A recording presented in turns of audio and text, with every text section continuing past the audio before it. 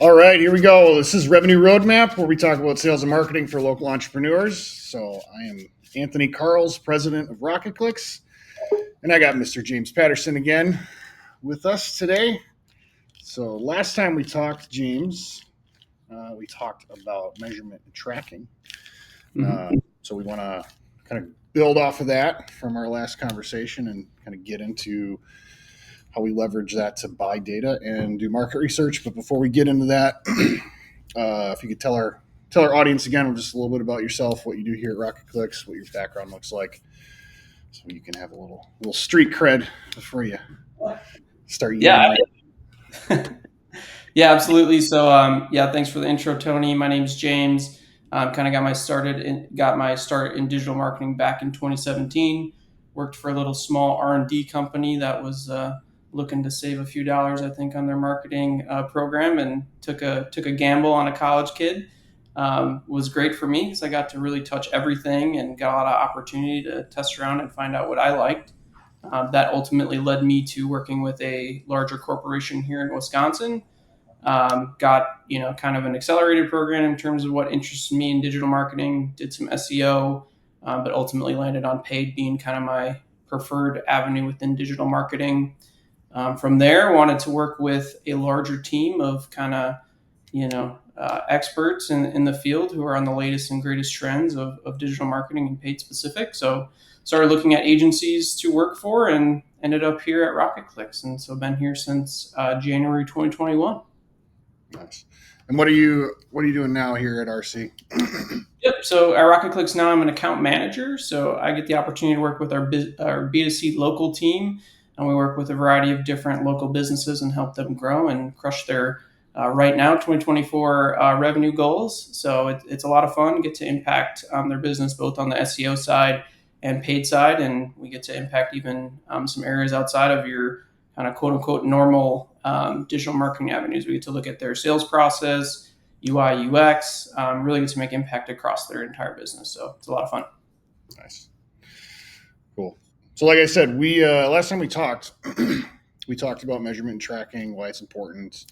We run into this a lot with our clients. We got to teach them how to think about this, and one of the big reasons why is obviously when we do this, we can track ROI and understand whether or not what we're doing is working. But there's a downstream impact around buying data and going back to market with our learning. So can you talk a little bit about what it means to buy data in paid media? What are the opportunities look like? What does this mean? What does this look like? Yeah, absolutely. This is one of those concepts within marketing that I think a lot of agencies don't do a good job explaining to clients, and I think a lot of clients, as a result, don't really fully understand.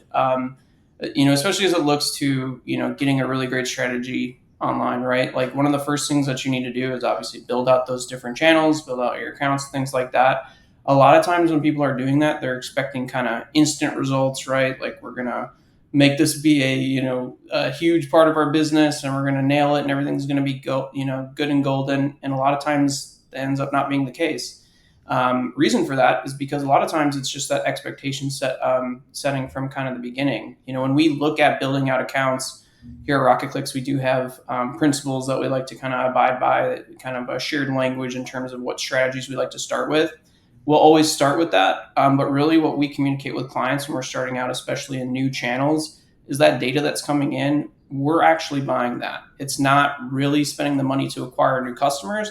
That's actually a result of buying that data that we can then learn from. So, a lot of the clients that we work with that have the most success online, it's really those that have bought a lot of data over time and has used that data to ultimately get smarter, and then ultimately, again, as a result, drive more business to them. So it's been really fun, especially working with newer businesses that are still kind of trying to learn what maybe a Google Ads platform looks like and stuff like that, and kind of show them that this is the right way to look at it. And a lot of times it's that patience and kind of understanding that we're really purchasing that data to learn from that ultimately leads to successful strategies long term with them.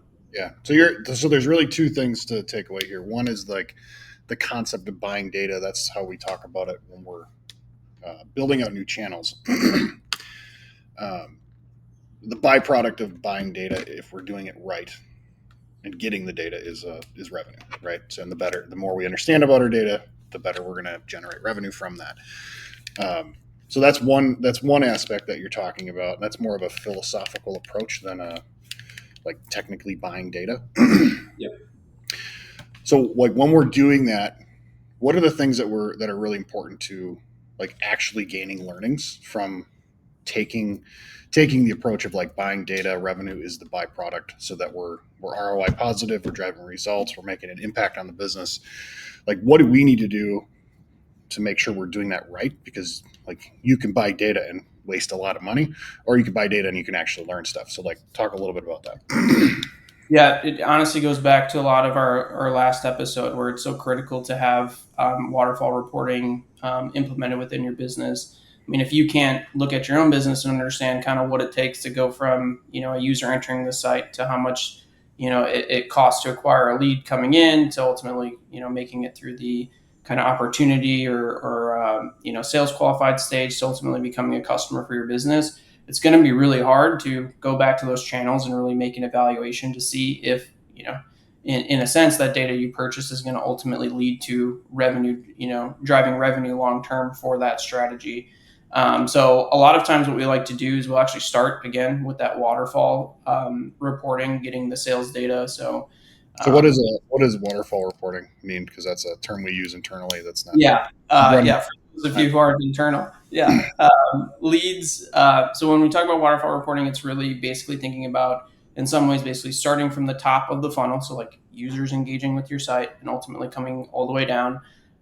What is that trickle down effect? So what you can do by that is by getting business metrics like your leads, opportunities, or a lot of times again will be kind of considered sales qualified leads. So basically somebody that came in through your intake team, ultimately talked to maybe a sales member or something like that, and actually gone through the kind of qualification process to understand that they are a good fit for your service.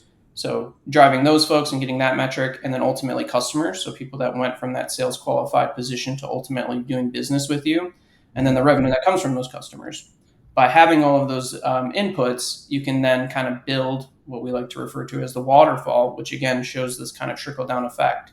What the beauty is there is that you can back up into all these different numbers, right? So if you know now, the average revenue you drove over the last, 2 to 3 years, we can segment that by then month. We can segment that by then each individual sale that comes in. So what's your average customer value? Bring that down to your average qualified sales qualified lead, your average value for a lead, and so on and so forth. So you can actually see kind of how it all fits together and ultimately make sure that you're evaluating platforms the right way. So how do I start thinking about doing that? Like, what do I need to do to actually track that stuff? Because this is some of the stuff that we actually run into as issues that would be helpful to drive better growth over the long term if we actually were capturing these different data points. So, like, what do those look like? What's important to make sure we get, and like, in what portion of the waterfall should we get them, and how does that tie back into like, buying data by testing new channels, or literally buying data by going to data platforms and purchasing things?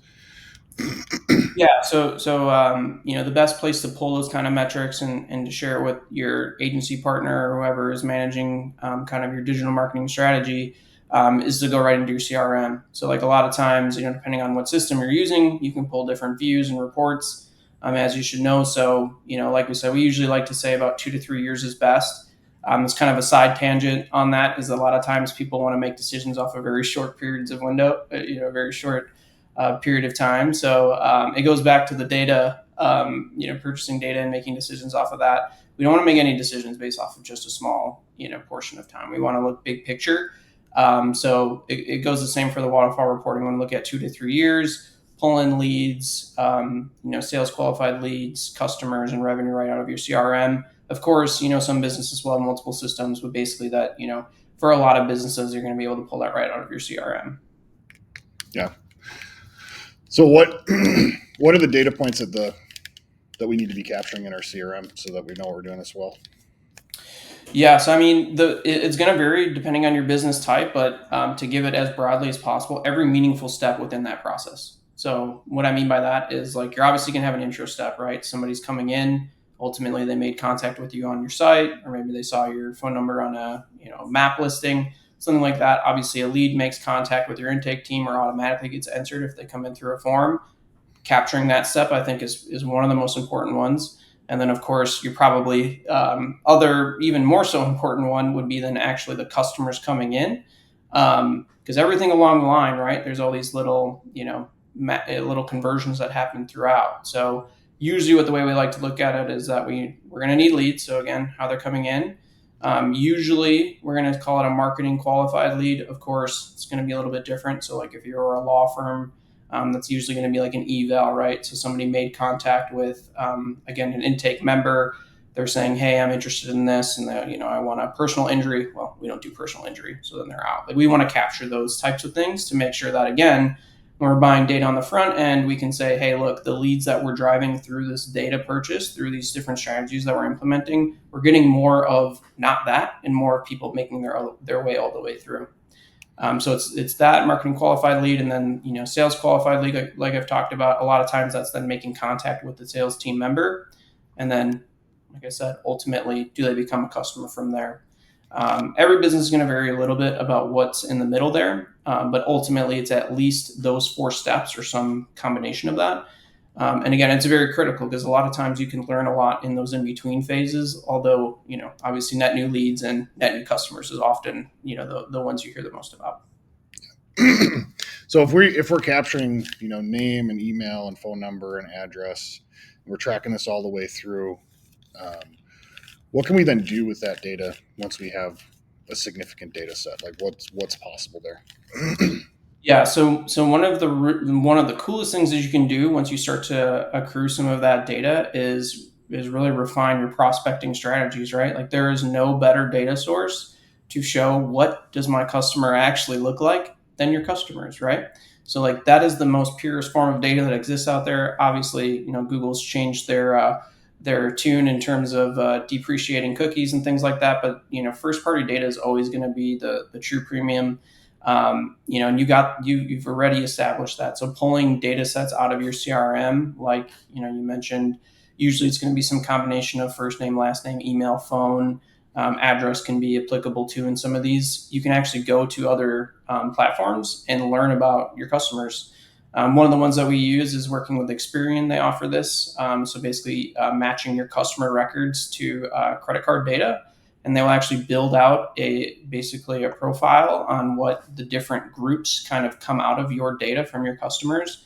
And it can be so impactful, right? So a lot of times when you're making decisions about how to prospect to people who you think, right, kind of make up your target audience, well, you can take the thinking out of it because now you're getting some really hard facts, right? I don't think the credit card companies have any data that that they have the absolute monopoly on that stuff, and it can be really, really powerful to again take the guesswork out of it. So, one thing that you could do then is you get the report back. In some of the programmatic platforms, you can actually target those specific profiles. So you go from learning about all of the kind of makeup, what does the profile kind of look like from a demographic or behavior, lifestyle, psychographics, things like that. That can be great for kind of like building, kind of a group of those different targeting settings in other platforms. In some platforms, you can actually target that specific Experian profile. So it can be really impactful because, I think probably the most wasted spend that goes out in marketing, right, is guessing of who you think your customer is. Yeah. This takes it out of that. Now you get to say, no, I'm going to target basically exactly who my customers are, who aren't currently my customers. So it's a really powerful tool to utilize that. I think a lot of businesses unfortunately overlook how much value they have in all that historical data that they accrue from building up their business over time. Yeah. So at its simplest point, if we're starting a business, starting in like at least for the B2C local team that we run, where that's very targeted on professional services, we're very likely to start in Google. We're going to start buying data through organic search and paid search and start capturing all of that in our CRM. And ideally, like we're being very detailed about what we're capturing, so that in call it 2 years after doing this and like refining it and getting better and optimizing that, we can then take that and like learn even more. And then we can go to the top of the funnel where it's cheaper and leverage some very cool tactics because, like you said, like you get psychographic and demographic information that impacts messaging, it impacts images, it impacts how you think about delivering assets to those customers or potential clients, and it's all backed by credit card data now, and it's no longer a guess. It's like, oh, I think they look like this. Yep. Yeah, a lot of guessing in the industry for sure. And you bring up a really powerful point too as it relates to creative, right? So as a lot of businesses guess who they think are probably, their typical audience, if you will, well, then you're also guessing in your creative and your messaging, and probably impacts other areas of your kind of overall marketing strategy that you can refine based off that data you get back. Yeah. And when we talk about going to these different platforms, now that we're like, we've purchased a bunch of data on the front end, we've now done some market research. What are some of the delivery options that we have in terms of assets, like using this? Because we're not talking search anymore when we're talking about this. We're talking other asset types with very specific audiences. Like, what do those look like? Yeah, so generally in terms of like really executing on that data, it's going to be DSPs. So it's going to be programmatic advertising. So a lot of times that's going to be display ads. So everybody sees these all the time. If you're not in the advertising industry, you may not have realized it, but display ads are just essentially image ads of different sizes that then you can optimize for different placements. So tablet, desktop, mobile. Native, which is another similar form to display, except there's no image. So a lot of times these look like search ads on websites, so outside of the search results page.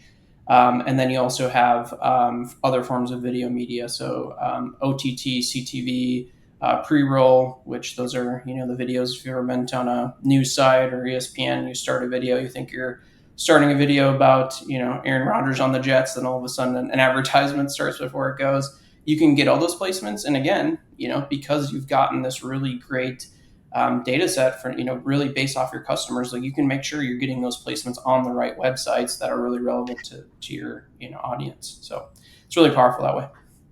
Yeah. And you'd be doing that instead of going to your local ESPN dealer and saying, all right, I gotta drop 15K and hope that this does something. Yeah, and to keep bringing it back, and I hope my customers use ESPN. Right, it takes out all that guesswork. What's really cool with some of the DSPs too, you can kind of work with them and make it more audience-based inventory model. So it's going to go after that audience specifically. It's not gonna you're not necessarily going to have to select what inventory you want. Base it off where the audience goes. Maybe you thought everybody is on ESPN, but really they're watching a lot of videos on Food Network, right? Like if you went all in on ESPN, you'd be missing out on a big opportunity there. So it's really great for that. And like I said, I think I think every business, right, wants to strike that good balance between marketing spend and obviously the return that comes from it. Doing things like this, tapping into your customer list to then understand who they really are through a service like Experian is really going to drive a lot of benefit for you to ultimately cut down on wasted marketing spend. Yeah. When you talk about that, how do when we go to market with these different platforms, we like to build these waterfalls first. Can you talk a little bit about the why and how attribution, why we do that, and how attribution is reliable or unreliable in this circumstance? Yeah, so I mean, I think when it comes to measurement, right, there's no business that you'll work with that's not going to ask you, well, how do I know if my ads are doing well and stuff like that, right? So, there's obviously metrics in the platform that can give you directional evidence in terms of, are things, going well or not, right? So it's not to say that there's no value in paying attention to those metrics, but the reason why we start with the waterfall is ultimately, although we do want to make sure that our channels are doing the right things, right? Finding ways to measure strategies, ultimately the waterfall is going to tell us exactly if we're doing the right things. So starting there and understanding that marketing isn't these little siloed channels, it's really this, overarching holistic strategy that all impacts each other. There's no platform that can say 9 out of 10 times, that, paid specifically drove this. A lot of what you find is it is modeled. Like if you go into a lot of the resources and stuff, a lot of these different platforms are modeling a lot of that data anyways. So having the waterfall to really be your, So when you say modeled, what does that mean? yeah. So basically, what they're doing is using AI and machine learning to basically say, based off of historical data in your account, we know on average it takes this many clicks or ad interactions to lead to a conversion. So some of the platforms will actually take those kind of historical data points to say, well, I'm going to count a conversion for them. So one way you can fight against this modeling, right, that I think a lot of people aren't necessarily always privy to, is use offline conversion importing, which can be incredibly powerful to pull it back. And it's still not going to be 100%, right? Like the reality is there's a lot of touch points to any given great customer that comes into your business, right? Especially, there's few services out there, right, that where you're the only one that offers it. Like, there's often competition. There's a lot of different things and different noise and distractions out there. Having a really good marketing strategy that is kind of covering all bases there can help you really look at the waterfall and say, hey, when I have, maybe a specific channel like Bing, which maybe doesn't look like it's doing very well in auction and enabled, we actually see a lower cost per lead. But the platform itself might show you that maybe this isn't the right platform for me. So being really intentional there about like what data you're bringing back to the platforms is first and foremost really important. But having that waterfall there to like really show you, like when we turn things on and off, like what impact does it have actually on the business? That should ultimately be the main area that you're using to really measure and evaluate, is this marketing tactic working or not? Yeah. So in practical terms, having the waterfall and then going from, all right, currently our strategy is we got paid search and we're running some LSAs and we got some map stuff going and we got organic search. And we're going to introduce programmatic based on all our data because we've started capturing this stuff. Well, we're going to watch the waterfall and what happens. Like, do we keep the ROI that we're targeting? Is our metrics going up? Is the spend that we're making in this platform actually working? We're going to measure. We're going to like look for signals in the platform, but what we actually care most about is like what happened with this waterfall. Yep.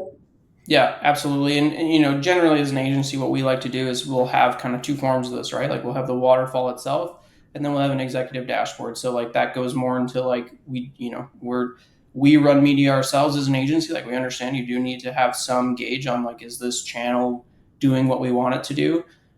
It's just being very intentional to the fact that those metrics that we see in platform aren't always going to be super accurate, knowing it's modeled, knowing it's not seeing the full picture, that somebody actually saw your organic listing the other day and that's really what spurred all of their investigation into your brand. The waterfall ultimately is going to let if to your example, if you launch something brand new and all of a sudden you're starting to see more leads come in, and maybe it's coming in through something like indirect or unknown in Google Analytics, right? You may not really know where it's coming from. Well, then it doesn't matter because you have the waterfall reporting there to really tell you and let you know 100%, like, is this making the positive impact that we expect? Yeah, awesome. Well, appreciate it, James. Dropping a little wisdom here, so look forward to our next combo. But big picture, what we talked about today. If you're going to market and you're investing in your marketing, and you should use that word. You're buying data, you're learning from data, so you can build the empire you want to, and like really continue learning. And doing it well has long-term results, compound those effects. So appreciate it, sir. Yeah, thanks, Tony.